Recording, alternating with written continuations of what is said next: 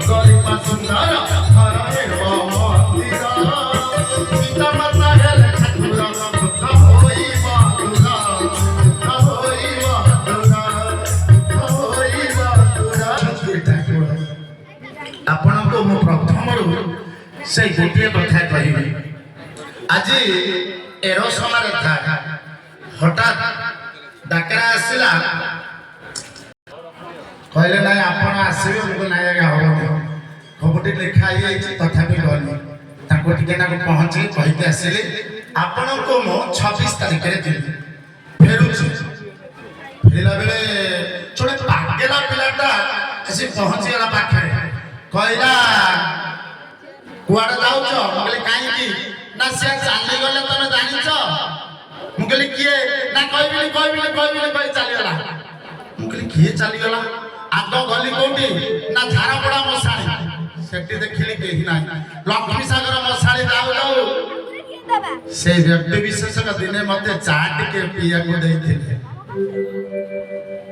ବହୁ ଭାଗ୍ୟ ପରମ ସୌଭାଗ୍ୟ ତାଙ୍କ ଶବଦାହ କରିକି ଫେରୁଛି। ଅଙ୍ଗ କରିବା ପାଇଁ ଜଣେ ଅନେକ ମହିମା ଧର୍ମର ଗେରୁ କିଣିବାକୁ ଯାଇଥିଲେ।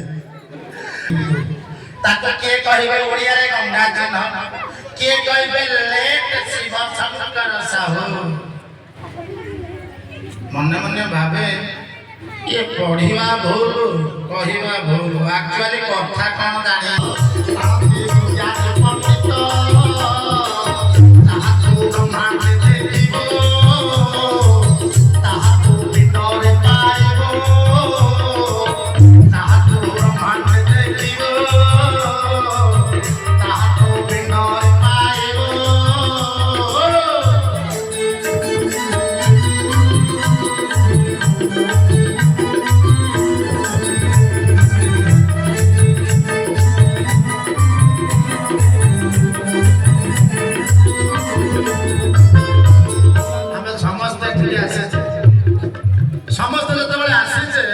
ଲକ୍ଷ୍ୟ ହଉଛି କେତେବେଳେ ନନା ବ୍ରାହ୍ମଣଦେବ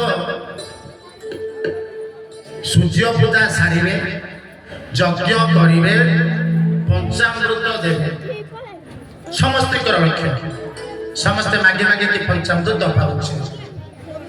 এই ପଞ୍ଚାମୃତଟି କ୍ଷୀର ଘିଅ ଦହି ଆଉ ଗୋବର ଗୋମୂତ୍ର ପଡେନି ଆଜ୍ଞା। ଗୋବର ଜାଗାରେ ଗୁଡ, ଗୋମୂତ୍ର ଜାଗାରେ ମହୁ ଆମେ ପାଇଲେ ପାଇବା ନିହାତି ଦରକାର। ଯଜ୍ଞ ପାଖରେ ଆଜ୍ଞା ଦେଖିବେ ଗୋଟେ ପାନ ଥୁଆ ହେଇଥାଏ। ସେଇ ପାନ ରଖିକି ଯୋଉ କ୍ରିୟା କରାଯାଏ ଏବଂ ଯଜ୍ଞ ସଇଲା ପରେ ଆପଣଙ୍କୁ ଦିଆଯାଏ କଣ? ପଞ୍ଚାମୃତ। ଆପଣ ପାଇକି ଖୁସି। ଆଜ୍ଞା ମୋଗଲ ମାନେ ତ ସବୁ ସାରି ଦେଇଥିଲେ, এই ବ୍ରାହ୍ମଣ ମାନେ କଣ୍ଠସ୍ଥ କରି ଆଜି ଆପଣ ମାନଙ୍କୁ ଗୋମାତାଙ୍କର ଗୋ ବ୍ରାହ୍ମଣ ହିତାୟ ଜଗତ କୃଷ୍ଣାୟ ଗୋବିନ୍ଦାୟ ନମଃ।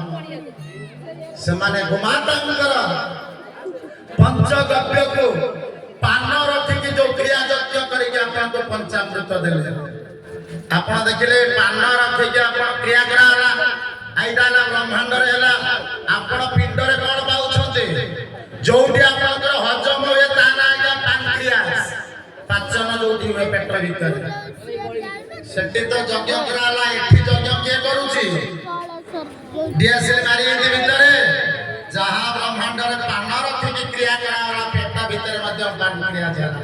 ପଞ୍ଚାମୃତକୁ ମାଗିକି ଖାଇଲା ଆଜ୍ଞା। କାହିଁକି ନା ଅରିଜିନାଲ ପଞ୍ଚାମୃତ ଆପଣ ପାଇପାରିଲେ ନାହିଁ, ତେଣୁ ଶବ୍ଦ ପଞ୍ଚାମୃତକୁ ଆପଣ ପାଇଲେ। ସ୍ୱୟଂ ପଞ୍ଚାମୃତର ଅର୍ଥ କଣ? ସେ ମଧ୍ୟ ଅଛି ଆଜ୍ଞା। ଭୋର 5ଟାରୁ ଆପଣ